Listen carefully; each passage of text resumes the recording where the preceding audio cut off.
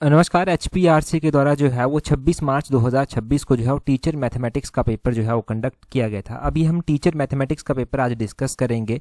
इससे पहले भी देखिए हम एचपीआरसी के द्वारा जो ऑनलाइन पेपर करवाए गए हैं उनका जो है वो जनरल अवेयरनेस का सेक्शन जो है वो डिस्कस कर चुके हैं। उसकी अलग से प्लेलिस्ट भी जो है वो बनी हुई है। आज टीचर मैथमेटिक्स का जो है ये 26 मार्च 2026 को करवाया हुआ पेपर डिस्कस किया जाएगा। हर एक क्वेश्चन को देखेंगे यहाँ पर किस तरह के क्वेश्चन पूछे गए हैं, कितना हमने पढ़ा है वो भी एनालाइज करने का मौका मिल जाएगा। क्वेश्चन नंबर 1 से डिस्कशन को स्टार्ट करते हैं। बोलते हैं which valley in Himachal Pradesh is known for its barren peaks and moon like landscapes. तो बोलते हैं कि हिमाचल प्रदेश की ऐसी कौन सी घाटी है जो अपनी बंजर शिखरों के लिए और चंद्र समान भूदृश्यों के लिए जो है वो जानी जाती है। देखिए हिमाचल प्रदेश में अगर चंद्र कहीं कहीं पर भी बात की जा रही है तो ऑब्वियसली चंद्रताल की ही बात की जा रही होगी। तो ये चंद्रताल लेक जो है वो इसकी बात की जा रही है। ये कहाँ पर आती है? ये स्पीति में जो है वो आती है। ऑप्शन बी जो है वो इसका सही आंसर हो जाएगा। चंद्रताल लेक भी हो सकता है और चंद्रा वैली भी जो है वो हो सकता है। चंद्रा वैली कहाँ पर है? ये भी स्पीति में ही है। चंद्रा के अलावा एक भागा वैली भी जो है वो आती है। भागा वैली जो आती है वो कहाँ पर आती है? वो भी लाहौल में ही, लाहौल स्पीति में ही जो है वो आती है। और चंद्रा और भागा दो नदियां भी हैं जहाँ पर आपस में ये दोनों नदियां मिलती हैं। उस स्थान को तांदी नामक स्थान जो है वो बोला जाता है। और यही चंद्रा भागा नदी जो है वो आगे चलकर जो है वो चेनाब का रूप धारण कर लेती है, जिसको आगे चलकर चेनाब के नाम से जाना जाता है।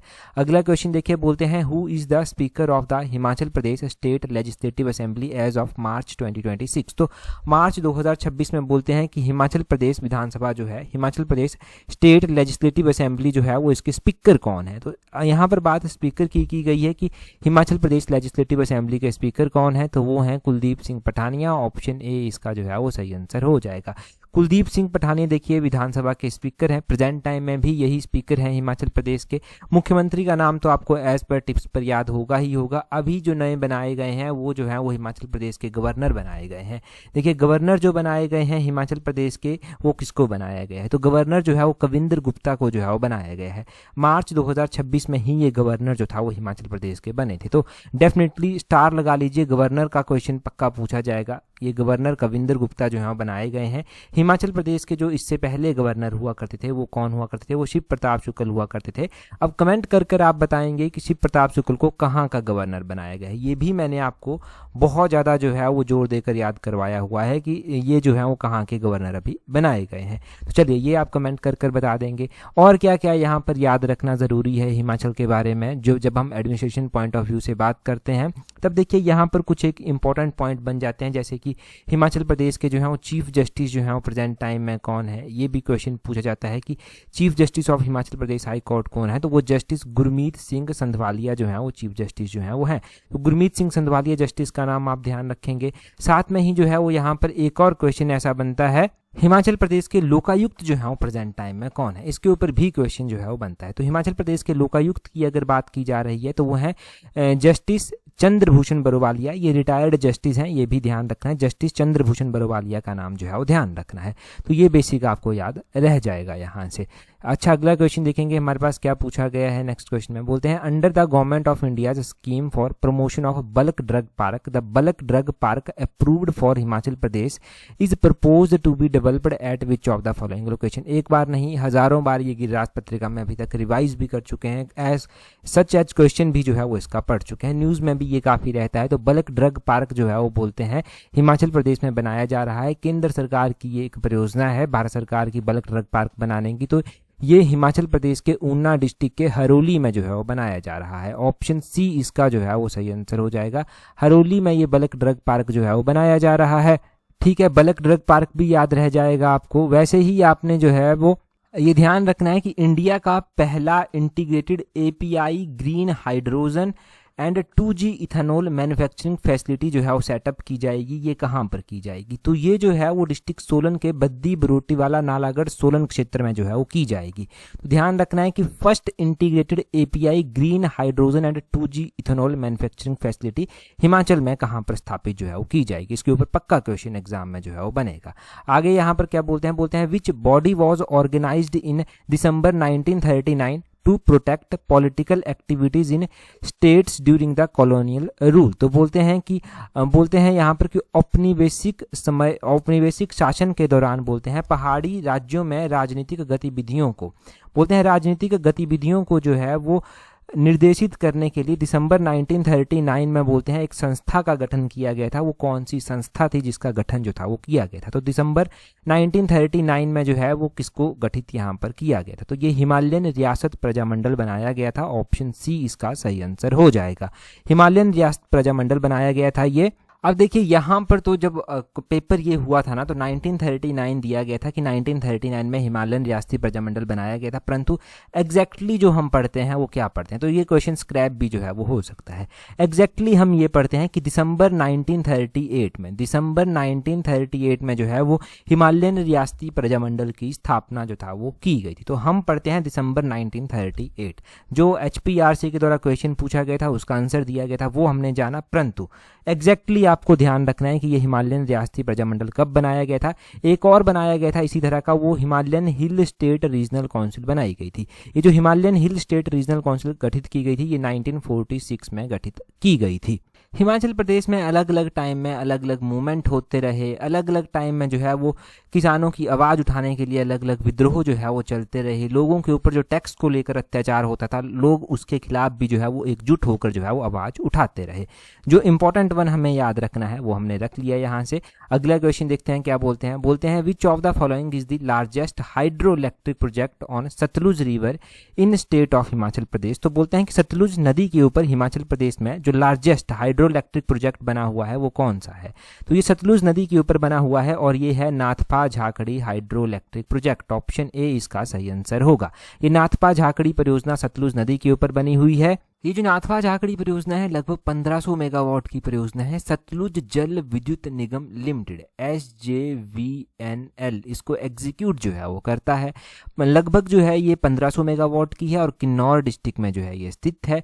और इसमें आपने ध्यान रखना है कि विश्व बैंक के सहयोग से जो है वो इस परियोजना को बनाया जा रहा है। तो इतना तो आप इस परियोजना के बारे में याद रख सकते हैं।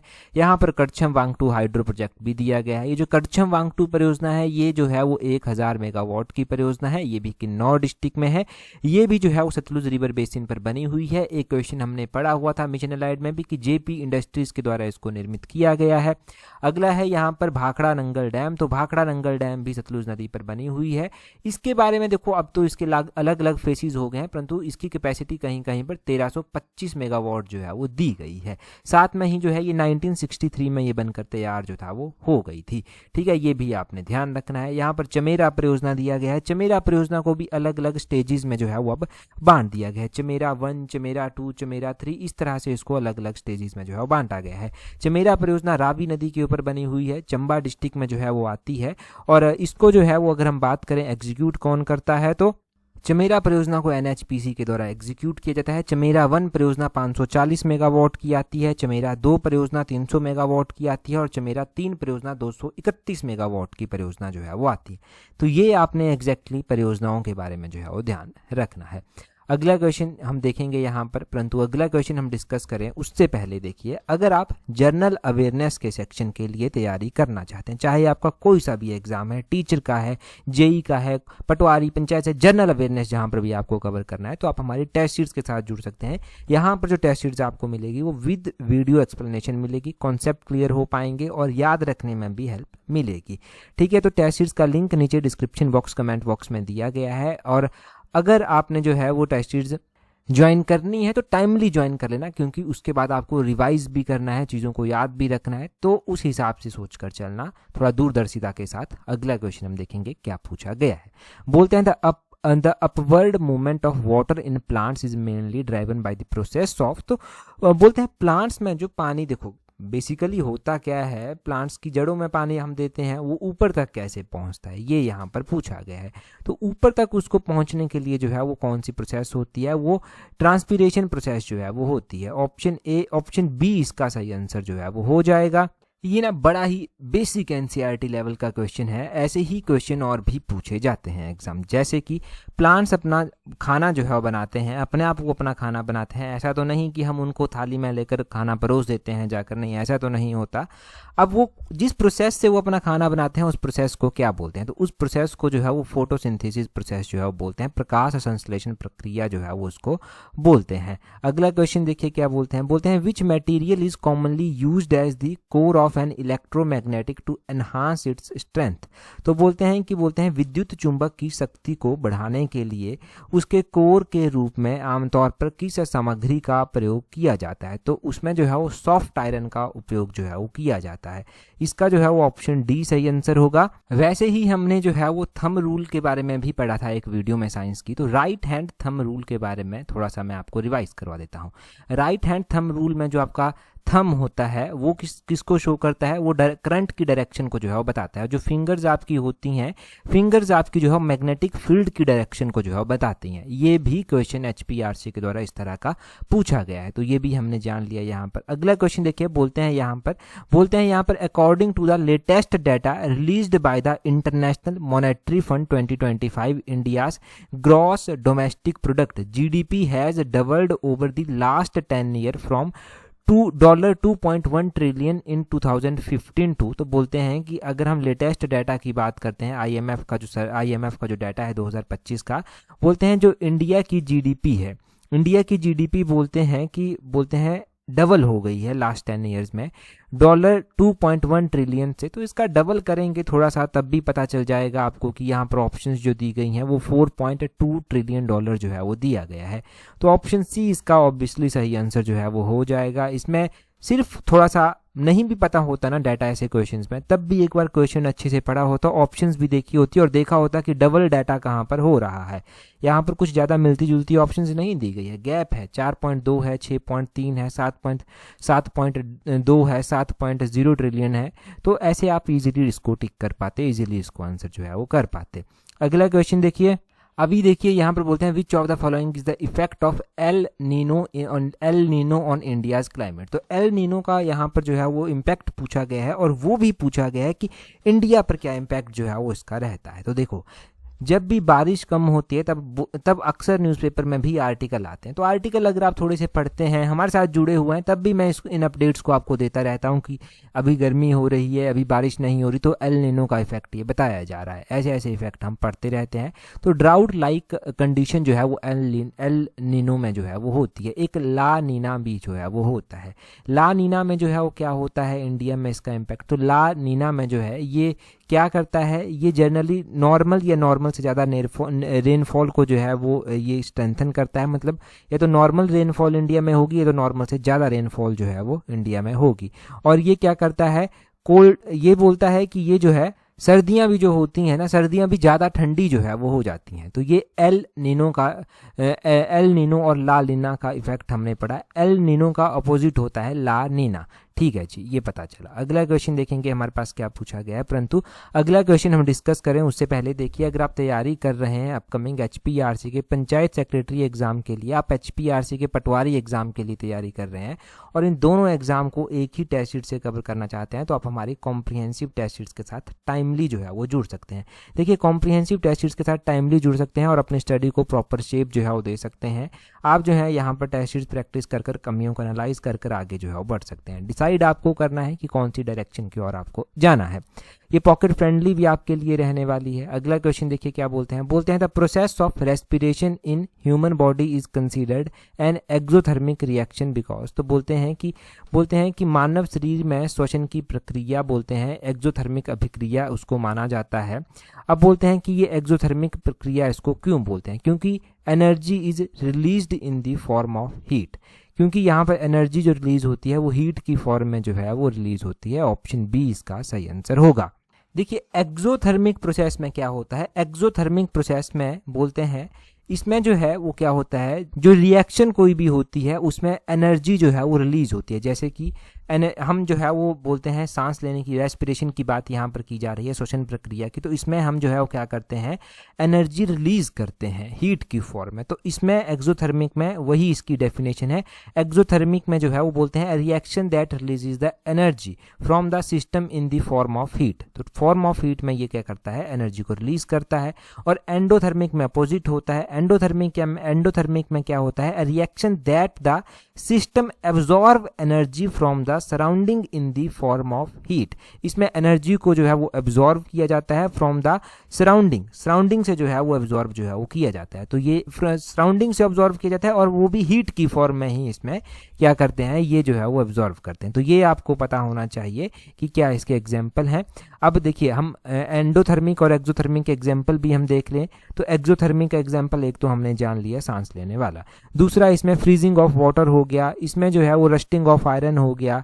और एंडोथर्मिक में अगर हम बात करते हैं तो उसमें बर्फ का पिघलना हो गया, फोटोसिंथेसिस की प्रोसेस हो गया, और कुकिंग एंड एग को कुक करने की प्रोसेस भी जो है वो हो गई इसमें। तो ये एक्सोथर्मिक एंडोथर्मिक के एग्जाम्पल है। बेसिकली डेफिनेशन समझ आ गई तो आप इजीली जो है वो इसको क्रैक कर सकते हैं। अगले क्वेश्चन में बोलते हैं which of the following leaders pair headed the young Bengal movement in early 19th century. तो बोलते हैं कि 19th सेंचुरी की शुरुआत में बोलते हैं 19वीं शताब्दी के आरंभ में यंग बंगाल आंदोलन का नेतृत्व जो था वो किसके द्वारा जो था वो किया गया था। तो ये यंग बंगाल मूवमेंट जो चलाई गई थी वो किसके द्वारा चलाई गई थी, वो हम जो नाम पढ़ते हैं वो हेनरी विवियन डेरोजियो जो है वो पढ़ते हैं। तो यहाँ पर दिया गया है हेनरी लुइस विवियन डेरोजी, यही ऑप्शन ए सही आंसर जो है वो हो जाएगा। बाकी के ऑप्शंस में जैसे कि राजा राम मोहन रॉय दिया गया है, तो राजा राम मोहन रॉय के द्वारा ब्रह्म समाज की स्थापना 1828 में की गई थी, ये ध्यान रखना है। यहाँ पर जो है वो स्वामी दयानंद सरस्वती जो है वो दिया गया है। स्वामी दयानंद सरस्वती की अगर हम बात करें तो इन्होंने आर्य समाज की स्थापना 1875 में की थी। ईश्वर चंद्र विद्यासागर यहाँ पर जो है वो दिया गया है। अगर ईश्वर चंद्र विद्यासागर की अगर हम बात कर रहे हैं कि इन्होंने क्या किया था, मुख्य इन्होंने जो है वो हिंदू विधवा पुनर्विवाह को लेकर जो है वो आवाज उठाई थी, और इन्हीं के प्रयासों से जो है लॉर्ड डलहौजी की मदद से 1856 में जो है वो हिंदू विधवा पुनर्विवाह अधिनियम जो था वो पारित जो था वो हुआ था। ईश्वर चंद्र विद्यासागर बंगाल के समाज सुधारक भी थे, तो इनको बंगाली गद्य के जनक के रूप में भी जो है वो जाना जाता है। तो ये सारी ऑप्शंस भी आपने यहाँ से जो है वो क्लियर कर ली। एक हमारे पास थियोसॉफिकल सोसाइटी आती है, इसके बारे में भी ध्यान रखना। ये 1875 में बनाई गई थी, और ये न्यूयॉर्क में मैडम हेनला ब्लवाट्स्की के द्वारा जो था वो बनाई गई थी। इनके साथ कर्नल हेनरी ऑलकाउट भी जो था वो थे। अगला क्वेश्चन देखते हैं हमारे पास क्या पूछा गया है। बोलते हैं which state among the following got first rank in the 6th national water award 2024। देखो कितना पुराना क्वेश्चन जो है वो पूछ लिया गया है। यहाँ पर पूछा गया है कि फर्स्ट रैंक जो है वो कौन से स्टेट का रहा है नेशनल वाटर अवार्ड 2024 में।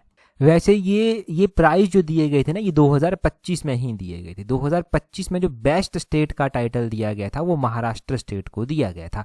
ऑप्शन ए सही आंसर। अगर आपने हमारी मुझे लगता है पिछले 2025 की नवंबर महीने की करंट अफेयर की वीडियोस देखी होंगी, तो उनमें ये क्वेश्चन जो है वो डिस्कस हुआ है, वहां पर आपको ये क्वेश्चन जो है वो मिल जाएगा। बेस्ट स्टेट का टाइटल किसको दिया गया है 6th नेशनल वाटर अवार्ड 2024 में। है ये नाम 2024 का, दिया ये 2025 में गया है। तो इस तरह से ध्यान रखना है। अगला क्वेश्चन देखिए क्या बोलते हैं which of the following organisation collaborate to launch India's first UG minor programme in quantum technologies in December 2024। तो बोलते हैं दिसंबर 2024 में क्वांटम टेक्नोलॉजीज में भारत का पहला यूजी माइनर प्रोग्राम शुरू करने के लिए बोलते हैं निम्नलिखित में से किस संगठन ने सहयोग किया है। तो यहाँ पर ऑब्वियसली नाम से ही पता चल रहा है कि क्वांटम की बात की जा रही है, तो AICTE and national quantum mission के द्वारा यहाँ पर सहयोग किया गया है। ऑप्शन बी इसका सही आंसर हो जाएगा।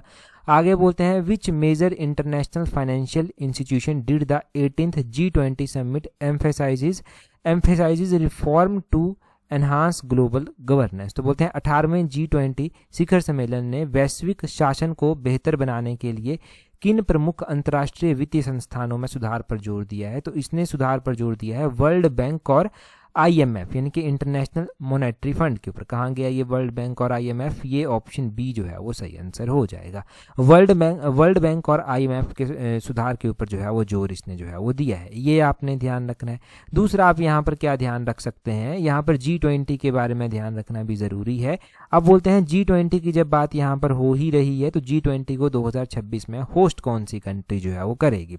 2026 में इसको यूनाइटेड स्टेट ऑफ अमेरिका के द्वारा जो है वो होस्ट जो है वो किया जाएगा। इससे पहले 2025 में इसको किसके द्वारा होस्ट किया गया था? तो 2025 में इसको जो है वो साउथ अफ्रीका के द्वारा जो है वो होस्ट किया गया था। 2024 की भी अगर हम बात कर लें तो 2024 में ब्राज़ील के द्वारा इसको होस्ट किया गया था, और उससे पहले भी 2023 की बात कर लें तो अपने भारत ने इसको जो है वो होस्ट किया था। तो ये आपको पता होना चाहिए इसके होस्ट कौन कौन से अभी तक रह चुके हैं। 2023, 24, 25, 26 हमने सारे जाने।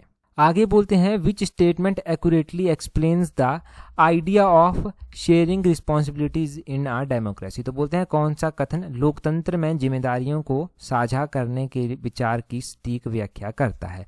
अगर देखिए हम बात करते हैं विच स्टेटमेंट, कौन सी स्टेटमेंट एक्सप्लेन करती है idea of sharing responsibility in democracy, तो पहली स्टेटमेंट पढ़ेंगे। बोलते हैं power is shared among different institutions की सत्ता जो है वो विभिन्न संस्थानों के बीच में साझा होनी चाहिए। या फिर power is transferred only during election की पावर जो है वो बोलते हैं सत्ता को केवल चुनाव के दौरान हस्तांतरित किया जाना चाहिए। ये तो गलत बात हो गई, फिर जो चुनाव प्रभावित हो जाएंगे। बोलते हैं power is controlled by single authority. अगर अब एक ही अथॉरिटी इंडिया में लग पड़ी ना कंट्रोल करें तो समझ लेना कि कॉन्सिक्वेंसेज बड़े खतरनाक होंगे, ये भी गलत है।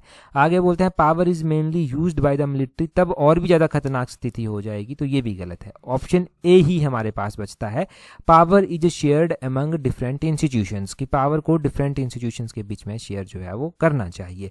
आगे क्वेश्चन में क्या बोलते हैं, देखो ऑप्शंस ढंग से पढ़नी थी, सॉल्यूशन खुद मिल जाता।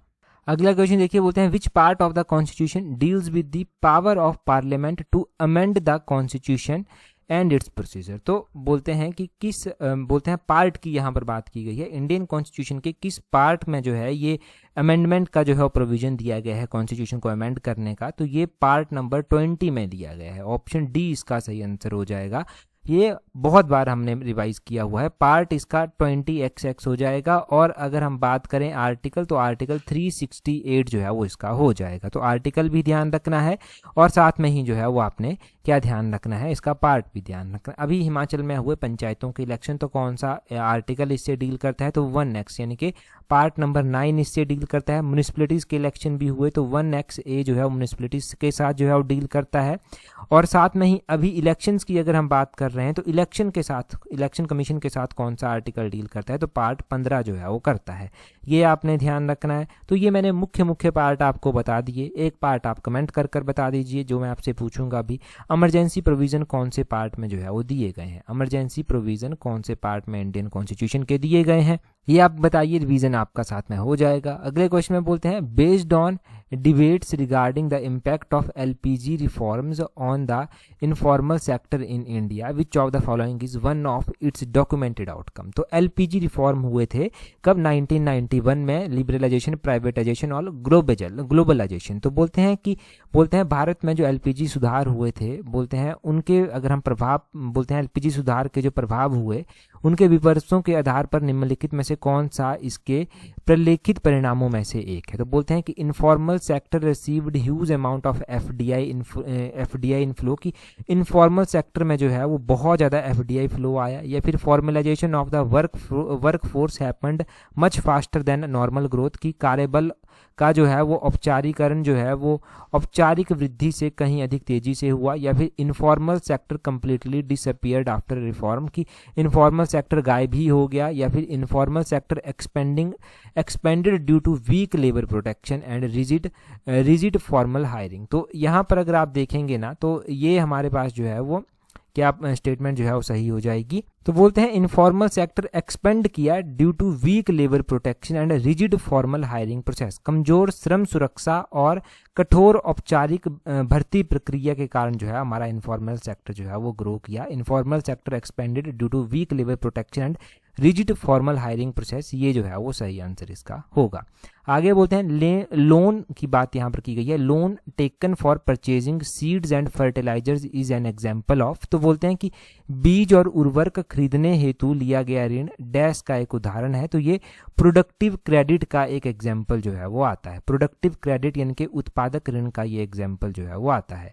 आगे बोलते हैं a democratic election is considered free and fair when. तो डेमोक्रेटिक इलेक्शन फ्री और फेयर जो है वो माने जाते हैं कब? बोलते हैं जब मीडिया सपोर्ट वन कैंडिडेट, तो ये तो गलत हो गया, मीडिया एक्सपोर्ट को कैंडिडेट एक स्पोर्ट को जो है एक कैंडिडेट को सपोर्ट करेगी तब कैसे वो निष्पक्ष हुए।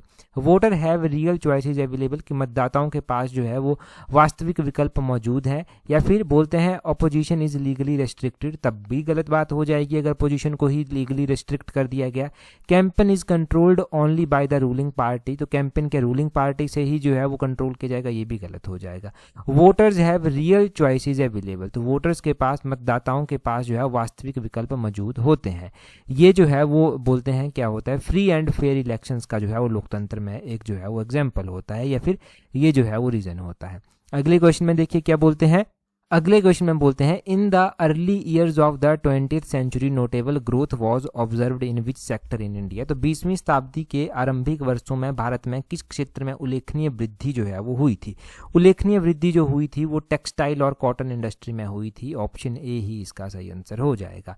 आगे संध्या का पर्यायवाची जो है वो पूछा गया है, संध्या का पर्यायवाची शब्द नहीं है, पेपर में भी ये बात ध्यान रखनी है। कई बार ऐसे हो जाता है कि मोटा मोटा पढ़ा और एक ऑप्शन दिख भी गया और वहां पर टिक कर दिया, बाद में चलकर अब तो चलो आंसर चेंज कर सकते हैं, परंतु आंसर की चेक करने पर ही पता चलेगा, तब क्या करेंगे।